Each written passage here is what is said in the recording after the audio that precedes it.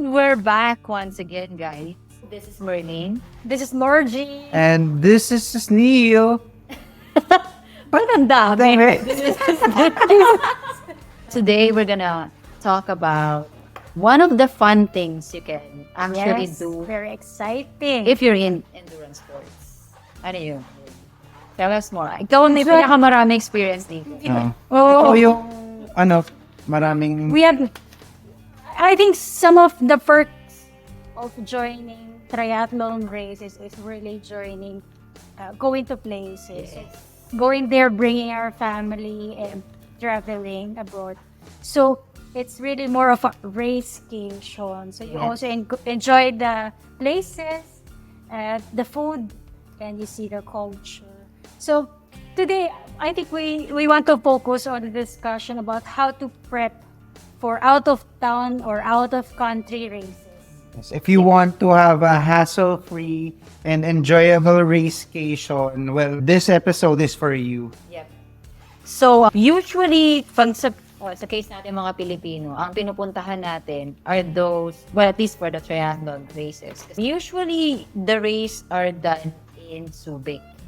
Sa case namin, it's not too far. At least for Ironman brand. Yes, for Ironman brand. And I think yung mga Unilab races before then, marami ng mga organizers that went into making these races available for us. Pero usually it happens in Subic kasi it's the nearest one with, I think, relatively safe ocean. So, ito yung pinaka-accessible sa karamihan. But it's not accessible to those out of Metro Manila, at least greater Metro Manila area. So, example, the first full Ironman in the Philippines actually happened in Subic. back in 2018. So, Yes. all the three of us joined. Yes. Yes, and then the second one was supposedly scheduled in 2020 and was Right. postponed in 2022. So, for the three of us, we Ah, also yes. joined that second one. Walang kadala-dala, paulit-ulit. For us, it's not really that far, although it's out of town kasi most of us are from Metro Manila. For others who joined coming in from Visayas and In Mindanao, other countries. yeah, in other countries who were able to travel during those times, especially last 2022. It's a racecation for them because they have to travel and somehow have a mini vacation with it. So for us naman who are in Metro Manila, the usual spots going to these races are the ones done in Visayas and Mindanao area where we have to take airplane. And I'm talking about locally. The recent one was in Palawan. There are upcoming races too in, say, Davao. And so far, ang alam ko, Davao. Davao, Subic, Yes, and Bohol? maybe, but we have a different, we have a different episode for all the upcoming races. So, with these places that we go to for races, hindi lahat malapit sa mga areas na to. So, we have to travel via plane and bring our equipments with us, meaning our bikes. So, in this episode, we want to tackle what are the things that they need to note in joining these races and joining it hassle-free. siguro we can get started with a bike bag. May bag ba agad or gusto mo dun talaga sa start yung planning? Pwede the rin, race? yeah. But that's also one important thing if you're a triathlete or you just trying it for the first time. That's one thing to worry about if the race is getting near. So you have to find yourself a really good bike bag or bike box where you can put or secure your bike. Oh, mahirap kasi maghanap ng bike bag or bike box mga 1 week before ng flight mo. So, I think good investment siya for if you're planning to travel outside the country. It's also good to note na mas maganda you get it early. It's part of the checklist. Yeah, so you could get a good deal as well. Hindi yung namadalian na. Yung wala ka ng choice. You know, hindi ka nakapili, ganyan. So, we're gonna start with the planning. Usually, like we already mentioned, you have to take the plane for these races. So, of course, yung buying the tickets, bookings, hotels.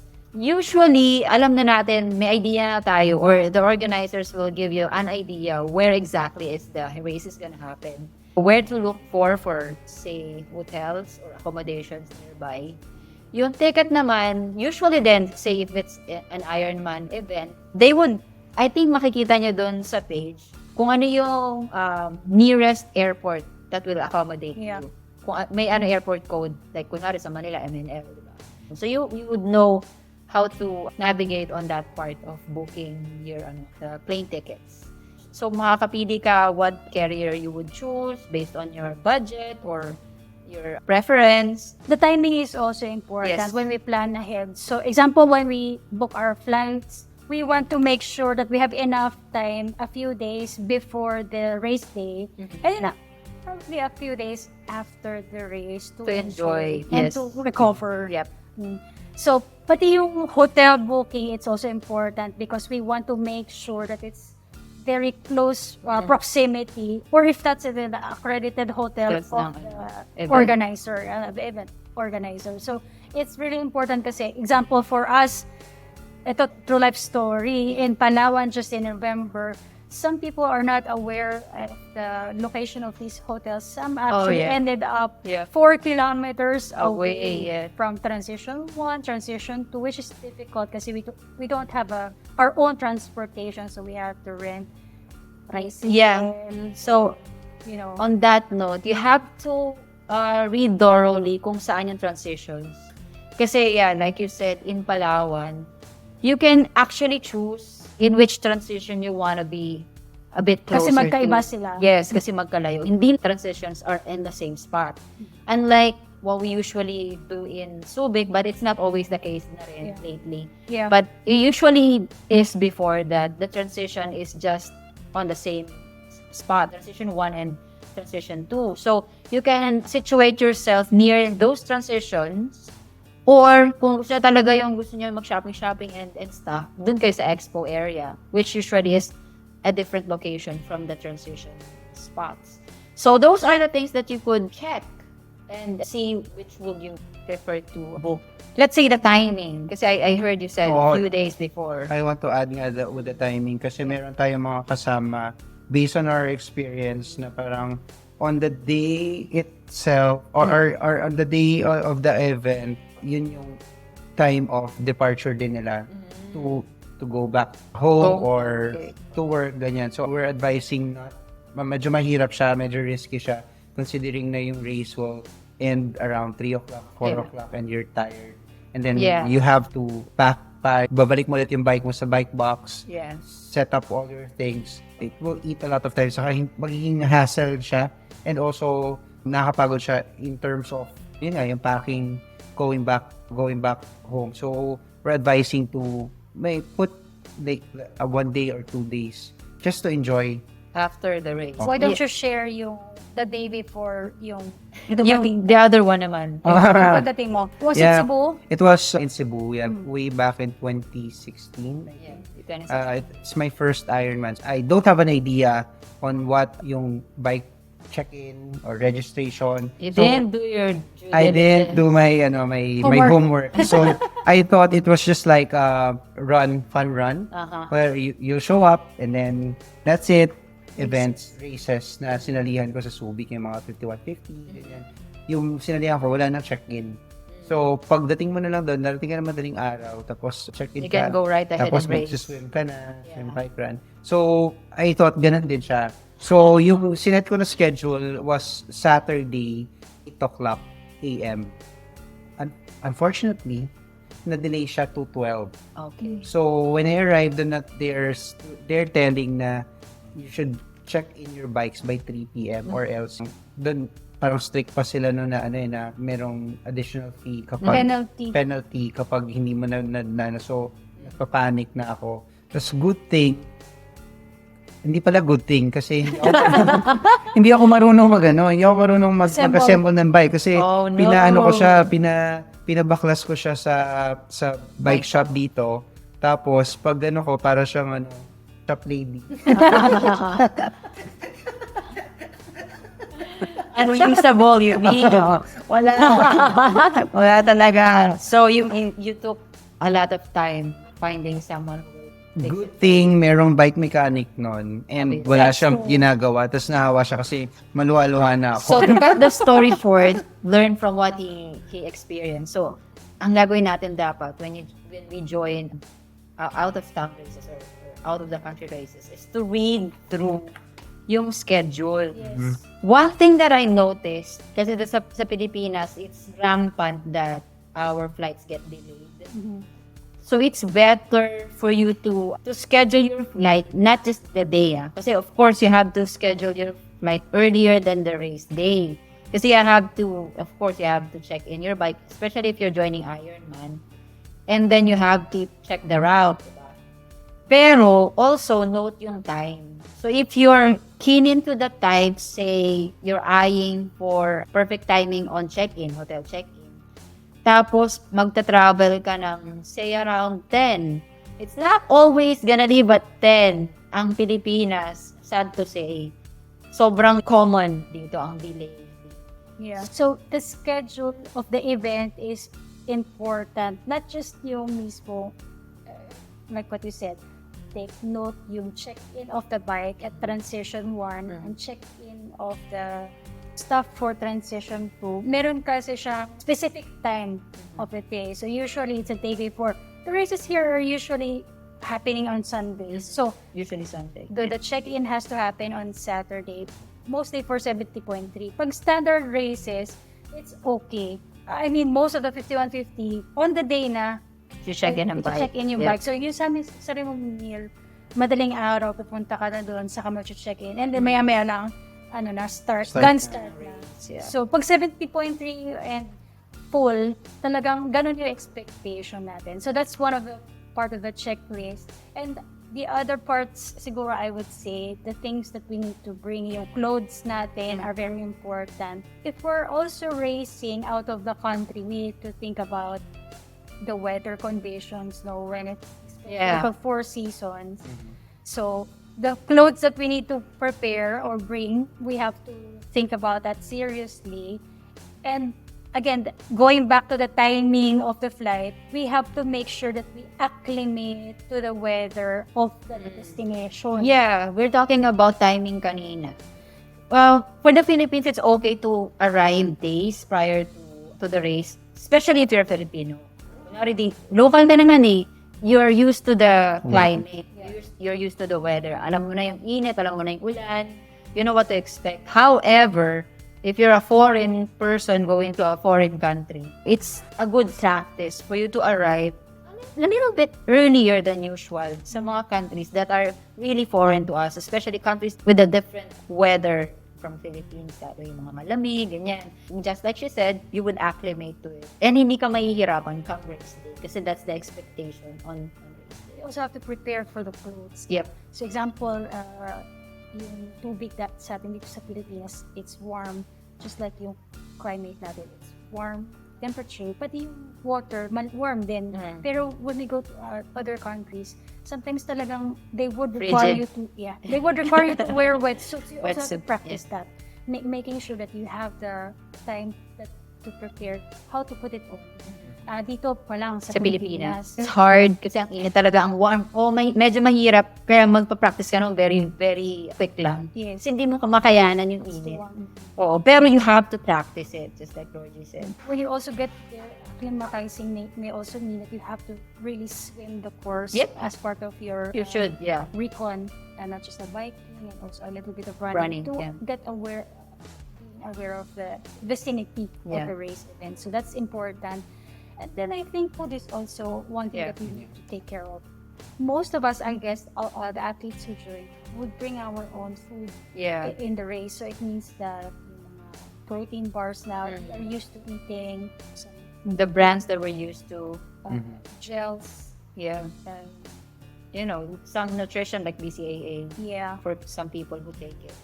So yun, kung ano yung saan na yung chan mo, it's prudent. For you to bring it. Kasi dun ka na rin naman nag-ensayo using those nutrition that you have.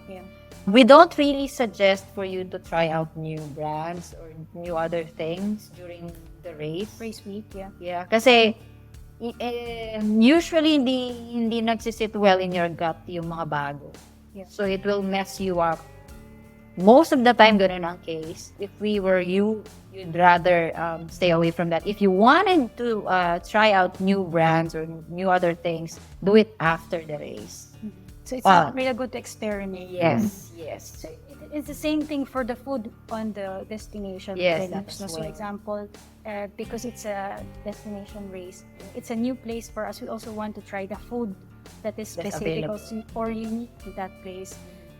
That's good, but not Before the race. Not all of us have good. I don't know. Some of us have got problems all the time. So Yeah. it's better to take caution and make sure that we just eat the kind of food that we know of. Yep. And we're sure na we won't have any problems. No? Ikaw, Neil, do you have like food allergies or something? No, pero I think na-experience ko siya when we were in Thailand. Before the race, parang I tried yung tom yum. So, everything na may coconut. So, hindi sanay yung chan ko at that time, saka yung medyo spicy. So, nag-act up yung chan ko for good thing nung during the race, wala na siya. Pero yun nga, yung medyo Nag-alala ka. nag-alala rin kasi syempre, what if during the race, hindi pa siya nawalan. or bike, ganun yung mangyayari sa akin, sakit yung chan ko. San yung portalet, san yung, di ba? You don't want that. Kasi pinagpaguran mo yung race for months at a time. Tapos, pagdating ng race day, doon ka lang magkakaproblema. Yeah. So, yeah. It's It's a common problem. It's a common problem, yes. Kasi naman na-excite tayo kasi it's a vacation. Gaya na sabi natin from the start, it's a racecation. So parang we tend to forget that we have, our gut is kind of sensitive. Yeah. Pagdating sa mga bagong food. Even the water. Yeah. I would like to stress that also. Na, hindi sa pagiging maarte, pero you've come a long way for your race. You've trained hard enough for that. So, siguro maliit na bagay na lang to be maarte. Sorry, pero be maarte sa tubig. More conservative. So, before race, siguro maybe you don't wanna drink water that you're not really sure where it come from. So, as much as possible, bring bottled water. Throw your garbage properly, pero bring or drink bottled water. After race, do whatever you want. Try whatever food you can think of. Pero before the race, since nandun ka na rin lang and you're there for it, so, be mindful of what you put in your body. The same thing siguro that you need to consider is the jet lag. So pagka the time yung body clock natin, of course, need to adjust a few days. So sometimes even our food schedule, I mean the eating schedule is also gets messed up. Yep. So you don't know when to eat or you don't feel like eating. So just be mindful what you eat and when you eat it, just to make sure that you don't feel so bloated or don't eat too much or you don't eat too little, so that your body can also recover faster. So, Neil, pre-race, ano yung mga regimen mo, like, do you do practice runs? I don't know. Aside, I think, before the race, I have to check kung saan yung race route. Okay. So, usually, you check natin yung swim course, kung choppy ba yung water, the water condition, yung current during that time. So usually naman yung organizer, they open the swim course to test. Pero we also suggest na during that you shouldn't be alone. Should be with Buddy up. with buddy or your teammates na magkakasama kayo, mahirap mag-isa. Yeah. Especially if you're a newbie. Yeah. Or first time mo yan. Even bike routes. Yes. And also yung run. Usually, mga events, they organize by recon. Yeah. It's better for you to join that if you're really unfamiliar with the place, especially if you're traveling alone. Yeah. At least you have someone with you. If ever you come to a problem, pwedeng hihinga ng tulong. Kasi, especially if you don't speak the language, it's best for you to join the group or yung accredited group. Sino makakaintindi sa'yo? You're not speaking their language. Also, that's the best time for you to check your equipment. Yeah. That's when we do it. Pagka dating mo sa hotel, ako, the first thing I do is check whether everything that I came in with papunta sa plane. Ay, nadala ko kasi who knows, baka may naiwan ka. Yes. So, check, especially your bike. Check your bike. Andun ba lahat? Everything is in order. Kung may nasira ba and all. So, that's the time that you go to mechanic. Para at least may time ka pa prior to the route check. Yeah. So, at least naka-join ka sa route Ako check. usually ginagawa ko, meron akong checklist. Yes. Na that's great. parang lahat, sinasay ko na yung sarili ko, what, during the race day, ko na yung mga need ko. Like for swim, I need goggles, you need the cap, you need yung jersey, tapos extra goggles if you're... And extra of everything. Oo, extra of everything. Tapos kung may spare tire for bike, helmet, etc. Kasi pag nagpapack ka na, for sure, Leave something Oo. behind. Even the safety pin that you use for the Posible. lipstick for you, Yes, lipstick, the transition. mascara. The problem that we usually face in flying with our bikes, yung mga sira. So I heard horror stories about people having, trouble with these kinds of airline problem na pagdating nila ng venue, they would come to a horror sight of seeing their bikes broken. So, medyo nakakaawa yun at nakakalungkot. Especially if you're traveling way, way far from your home na wala kang way for you to fix it. Yeah. Yan. So, di ba pag nagpa-pack tayo ng bike, minsan tinatanggal natin yung cockpit, minsan tinatanggal natin yung seat post. So, may mga in-between areas in the bike bag that where you could put some of your items like, I don't know, helmet, bike shoes. Para ka na balikbayan, no? Yeah, parang balikbayan. Ipon ka ng balikbayan. Box, Ano? yes. So, in between those parts, ilagay niyo yung mga stuff niyo that you need to bring with you in the race. So that kahit ma-toss around yung bike bag itself sa airline, I don't know, habang kinuhold nila yung bag or tinatransport somewhere, hindi siya ma-toss around sa loob. So your bike is secure. At tapos, nakatipid ka pa ng space in your luggage. Yeah. Lalo kung enough naman yung weight. Kasi usually naman yung bikes lately, it's a bit, lighter. So, pwede mo nang i-put in yung other stuff mo in between. So, you don't want to have a broken bike coming to a race. So, make sure that you pack it really, really good. Another thing siguro is to make sure as well na when you get into the race venue, before going there, to make sure that you are able to find a bike mechanic. Sometimes the race organizers have it, but in other places, like example in my case, when I'm in Chicago or New York, like wala silang Bike well, mechanic. there were bike mechanics pala on the race venue, pero they're not enough. So maraming magpapaayos. So some of them, example when I got here, my bike bag is actually you have to remove the handlebar. So it has to be assembled. Some bike bags, hindi mo na siya kailangan tanggalin. Kailangan lang tanggalin is yung wheels.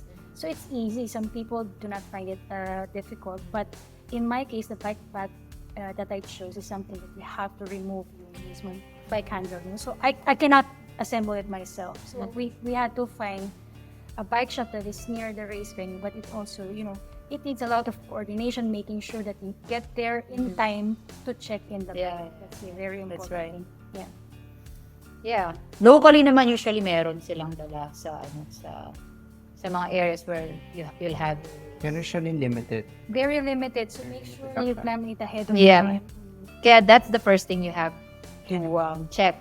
Ako talaga yung number one. Check your bike. Pag may problema, go to a mechanic right away. So, meron ka pang enough time for bike routing. There's one story about yung DI2. Yeah, that guy in Palawan. So, I don't know what happened to him, but we were in line for some bike check before we do the race. So, a Caucasian guy, I'm not sure of the nationality.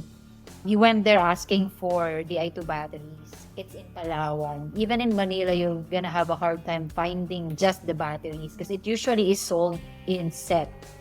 So, I'm pretty sure he had a hard time looking for one if ever he found one. What happened was his battery was in his bike. The thing is, you check in your bike and it's not allowed to check in batteries. As you know, yung lahat ng electronic gadgets natin has to be carried with us In the hand carry. in a hand carrying luggages. So, bawal talaga yung batteries. So I think somewhere along the way, someone took it off kasi it's a hazard flying in the plane with those batteries in there. And he didn't know about it until he came to the venue. So that's a problem. If you have an electronic bike, just make sure to remove the battery and put it in your hand carry. Just to be sure na hindi Or mo get an mangyari sa extra. inyo. Or get an extra, kaya nang babayaran mo din. So just take it off. It's about $200, I think. And it's hard to find one. Spare. Well, So I guess that covers most of our concerns during traveling out of country or out of town. So I think the main thing that I want to emphasize as a last thing is to not rush. Do not rush when traveling. Traveling with family in a destination race or traveling in a country outside of, out of country, traveling locally. We have to prepare for these things.